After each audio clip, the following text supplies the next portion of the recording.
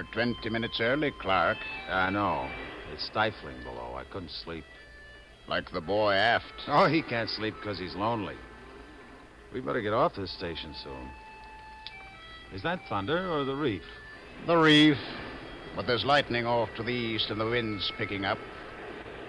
We're in for a storm. A bad one, I'm afraid.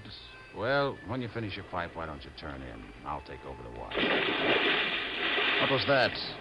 I thought I heard...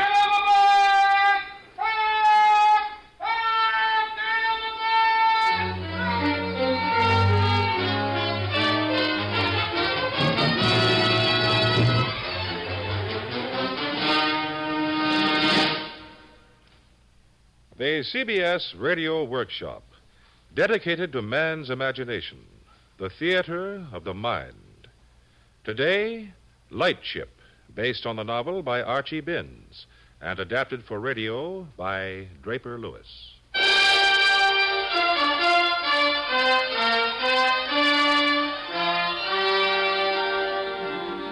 Before the perfection of the radio beacon, the lightships, which guard our many miles of coastline, were equipped with an underwater bell, which worked simultaneously with the foghorn during bad weather to warn passing ships of the dangerous reefs and serve as a navigational aid.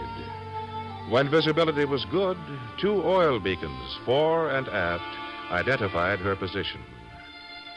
It is aboard one of these early ships that our story takes place, when a seaman's length of service depended not only upon his efficiency, but his ability to survive the corrosive monotony of the long, uninterrupted months of duty aboard the tiny steel island of a lightship.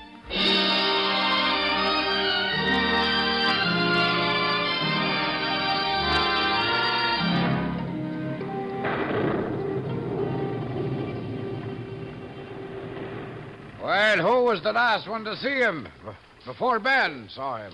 He was sitting on his bunk when I went up to relieve the 4 o'clock watch. He didn't say anything to me. He was just sitting there talking to himself. I put some coal on the stove in the galley, had a cup of coffee, and then went out on deck. I was going to say something when he passed me, but I don't know what to say. He had such a funny look on his face, in his eyes. Wide open, staring. Like someone under a spell. Or like a dead man. Barometer's dropping fast, Mr. Hanson. I want a man put forward to keep a constant check on the snubbing gear. If we ever broke loose from our mooring, this wind would push us right on top of the reef. Ship's company all present? There's a fireman on duty in the engine room and a man on the bridge. 2 below sleeping, Captain. Mr. Gill, will you take the forward watch? I've had no sleep all night long. And besides, Clark was supposed to be on watch. Get off my back, will you? You're worse than an old woman, always belly aching, complaining you're doing more work than anybody else aboard. Clark, shut up. Mr. Gill, you heard my order? Yes, I heard you.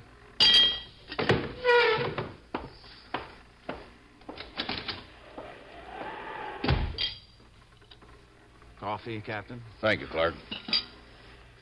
At approximately 3:42 a.m., we lost a man overboard. I want to know why. I want to know why, and I want to know how. Well, he jumped, sir.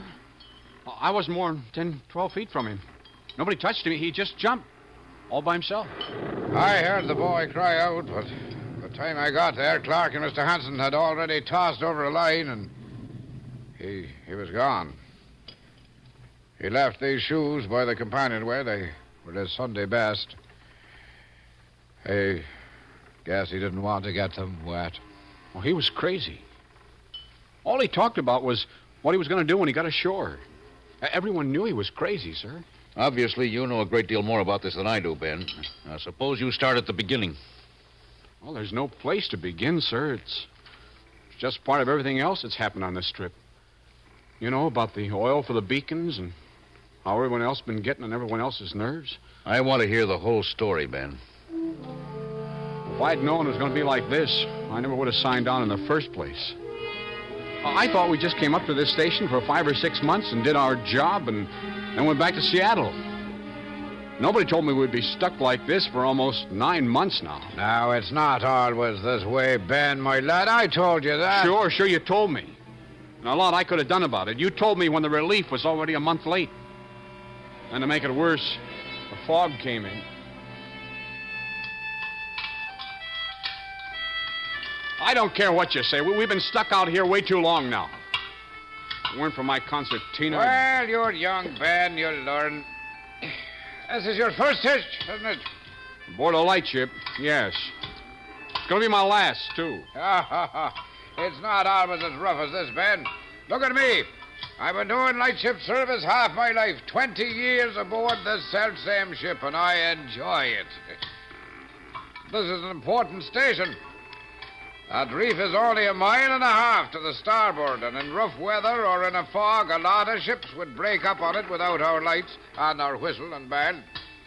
You know, we're not out here just to admire the scenery, Ben. I still want to get back to Seattle. Yeah. Hand me that wrench by your side, will you? Catch. Thanks. There. Now we'll just give her a dash of white lead, and that should do it. Chief, I'm here. fog's coming in. The mate says to start the bell. I was afraid it was getting too quiet around here. Start it up for me, will you, Ben? Sure.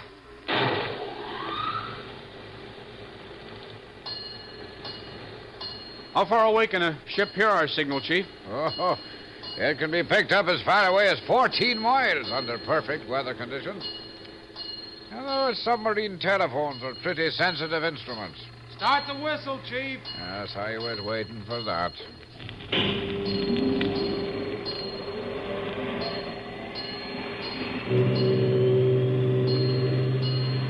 When I'm asleep and that thing goes off, I go straight up in the air every time. I don't even hear it anymore. Of course, it can get a mite on your nerves if you're fogged in for a week or so. A week or so? Oh, you're kidding, I hope. Oh, it's a terrible sound the way it goes right through you. This fog couldn't last a week. Could it, Chief?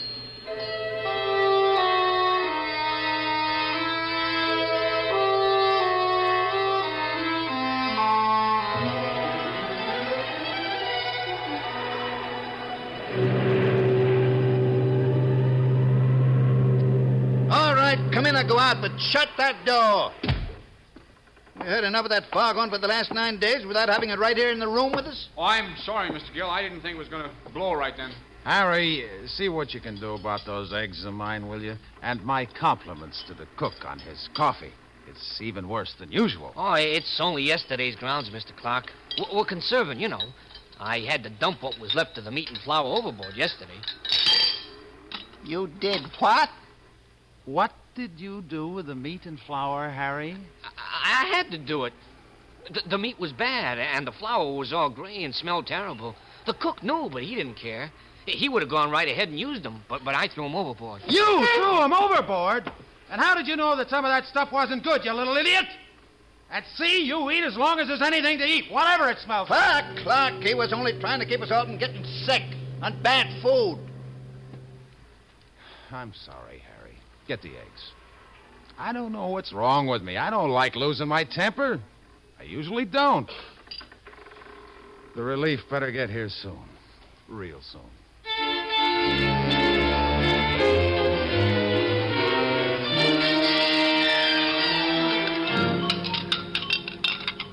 Harry, I want to talk to you. Boy, I never knew that fella Clark had such a temper.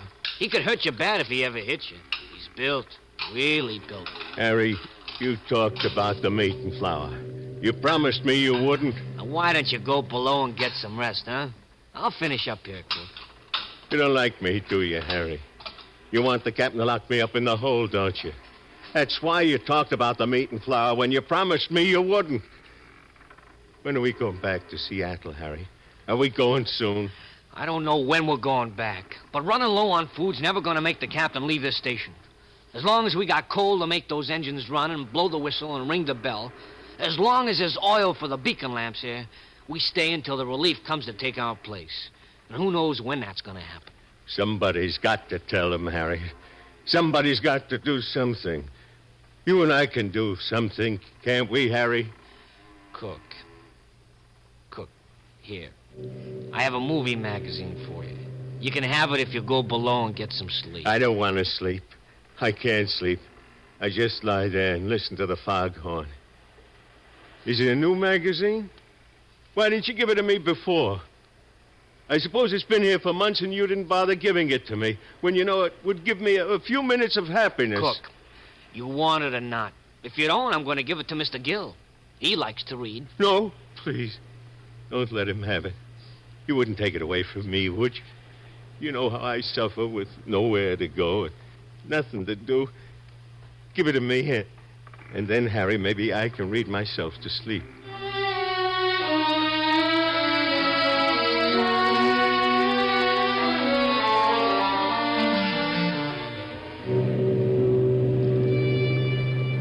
Chief, could we make it back to port with the coal we have?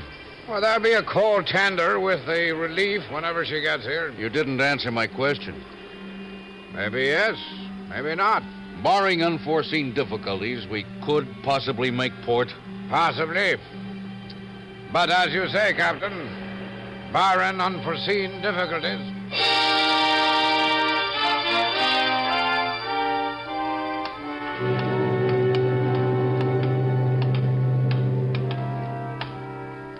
Harry says the cook just lies in his bunk like a dead man, doesn't move. He just lies there. He'll be all right as soon as he gets ashore. I've never seen a dead man. Up close, I mean. Death is nothing to be afraid of, boy. Oh, but death at sea is a lonesome thing. It's terrible.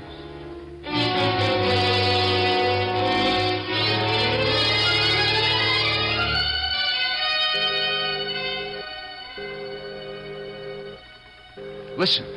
Out there in the fog, to starboard. That must be the relief. The relief has finally made it.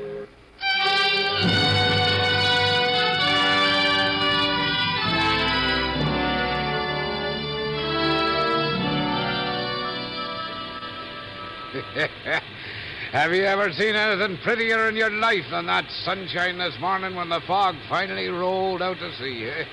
And isn't that relief the most beautiful sight you ever saw, Captain? Isn't she a sight to behold now? She's obviously lost her tender. Still think we can make it on the coal we've got? We'll make it if I have to feed that coal in a lump at a time with my bare hands. Here's your megaphone, Captain. They must be going to toss some ale over. There's a man on the aft deck. Hey, Clark! Look at that cook. He's all dressed up in a blue suit. He must think we're in Seattle already. He's coming in close on this run, Clark. Catch the line that sailor's throwing. Watch out for the weight band. Kiss me. Got it. I hear you, Kennedy. You'll have to hold on. What? You'll have to hold on. We're going to Swift Shore Station. We'll be back as soon as possible. Captain Kennedy, you must relieve us now. Swift Shore is in trouble. We can't do it any longer. You have to hold on. Kennedy, come around again. We're almost out of coal. We need some food. Kennedy, come back. Kennedy!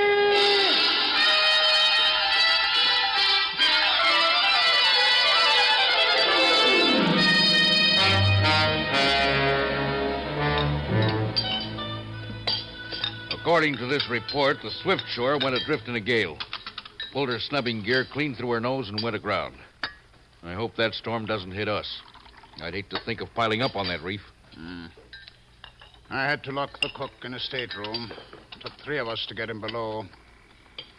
How long do you think it will be before the relief gets back to us? I only wish I knew.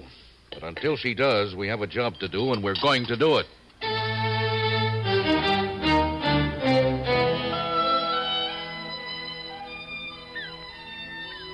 I talked to the cook for a long time, and he was quiet then, so I asked the captain if it was all right to let him come up to the galley. How is he now? Well, he's better. I wish I could do something for him. It's terrible watching him day after day, knowing you can't reach him. Knowing what he's going through, it's terrible. He's going out of his mind from loneliness and watching the sea. If he could just get ashore for a day or so, even a few hours. Mr. Hanson, you smell oil? One of the boys in the engine room must have spilled some on the deck. No, it's down there. Look, on the water. It's coming out of the ship and spreading over the water. It's not coming out of the ship. It's being pumped out. Chief O'Rourke! Chief O'Rourke!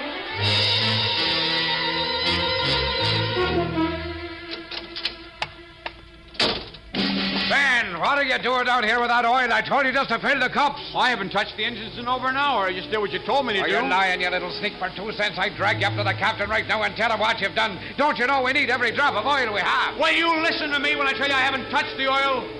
Look at the drums yourself if you're so smart. Go on, Mr. Smarty O'Rourke. You think you know it? Don't you ever use that kind of language with me, mister. I'll break you in two with my bare hands. Oh, we've taken a lot from you on this trip, but I've not taken any more. And especially not any of your smart talk.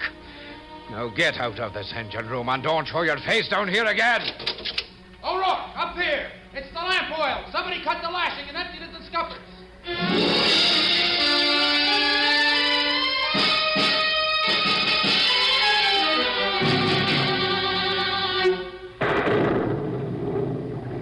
I'm sorry this happened. I don't suspect anybody. But if one of you know about this, I expect him to tell me. Where's the cook? I want everybody here. He's here, sir. I told him you wanted to see him.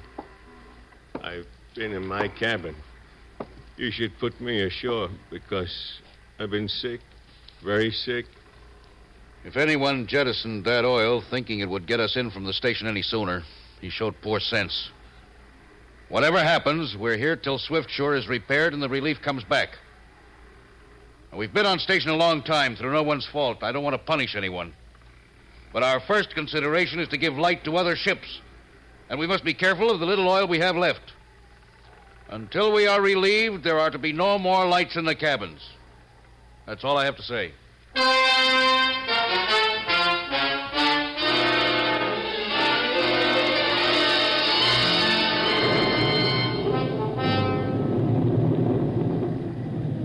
That's the way it was, Captain Lindstrom. If some of the lights in the cabins had been on, it wouldn't have been so dark back there in the stern, sir, but nobody went anywhere near him. I guess maybe he just made up his mind he couldn't stand it any longer and went ashore. Yes, I guess that's just what he did, Ben. Now, Chief, you can put those shoes in the forward locker. I can. Hey, Clark. Smell the soles of these shoes. Feel them. It's oil. They're soaked in oil. And the cook's never set foot inside my engine room. There's only one way he could have been walking in oil. When he emptied the drum of lamp oil. That's exactly what I mean, sir. You'd better come forward, sir. The wind's increasing, and I think the mooring's beginning to slip.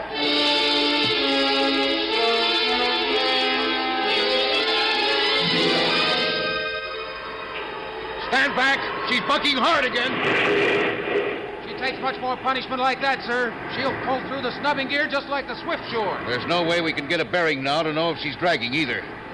Better tell the chief to start the engines and run them at half speed. That'll take some of the strain off the mooring chains and help keep us on station. Right, sir.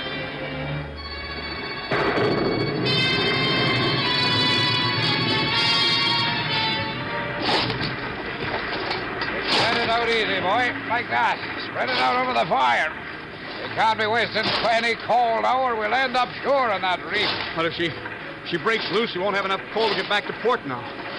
What are we going to do if she breaks loose? We'll worry about that when it happens, boy. Now, don't stand there like a tourist. Get up to the captain and find out what's going on. Oh, tell him the second bunker is empty. We have one more to go.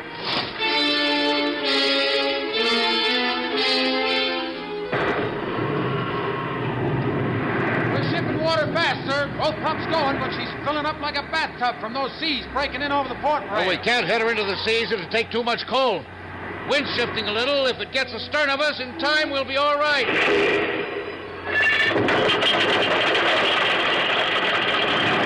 Broken loose, sir. We're adrift. She's broken loose. Mr. Clark, signal the chief. Full speed ahead.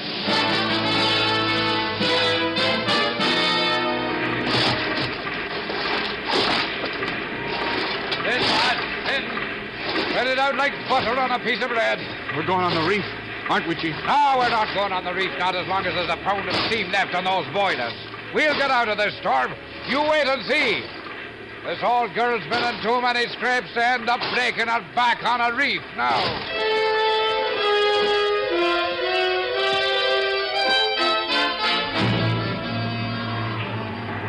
They can't do it in this wind, Mr. Hanson. They'll both be washed overboard. If anyone can do it, Clark can, sir. He's the strongest man aboard. And Mr. Gill's out there to show him how to make it fast. If the wind shifts back to starboard, it'll carry us right on the reef in spite of our engines. That's the chance we have to take, sir. The wind's in our stern now. If she only stayed there for an hour or so, we'd be out of this and away from the reef. We got to take the chance, sir. Well, we have no other choice. We must leave our station and head for home. Tell him to go ahead, Mr. Hanson. It's the craziest idea I ever heard of in all my years at sea, but it just might work.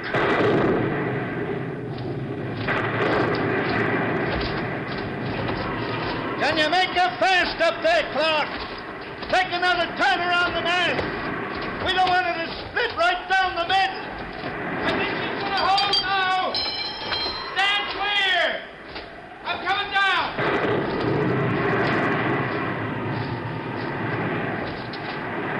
Captain Lindstrom, did I hear the boy Ben rightly? Did he say we were going to sail this lightship? Mr. Gill says it can be done, Chief.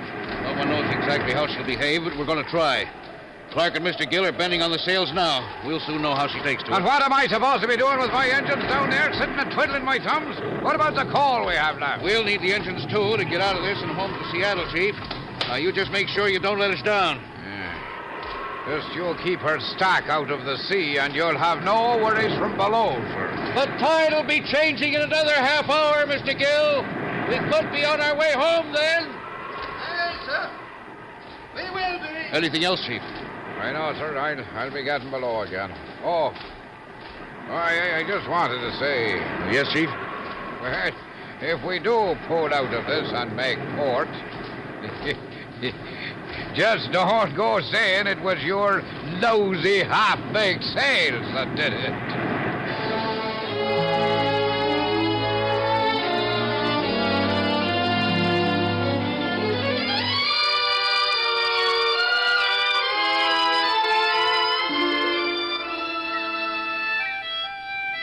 Hey, Clark, I'll stand you to the first round of beers when we hit Seattle tonight.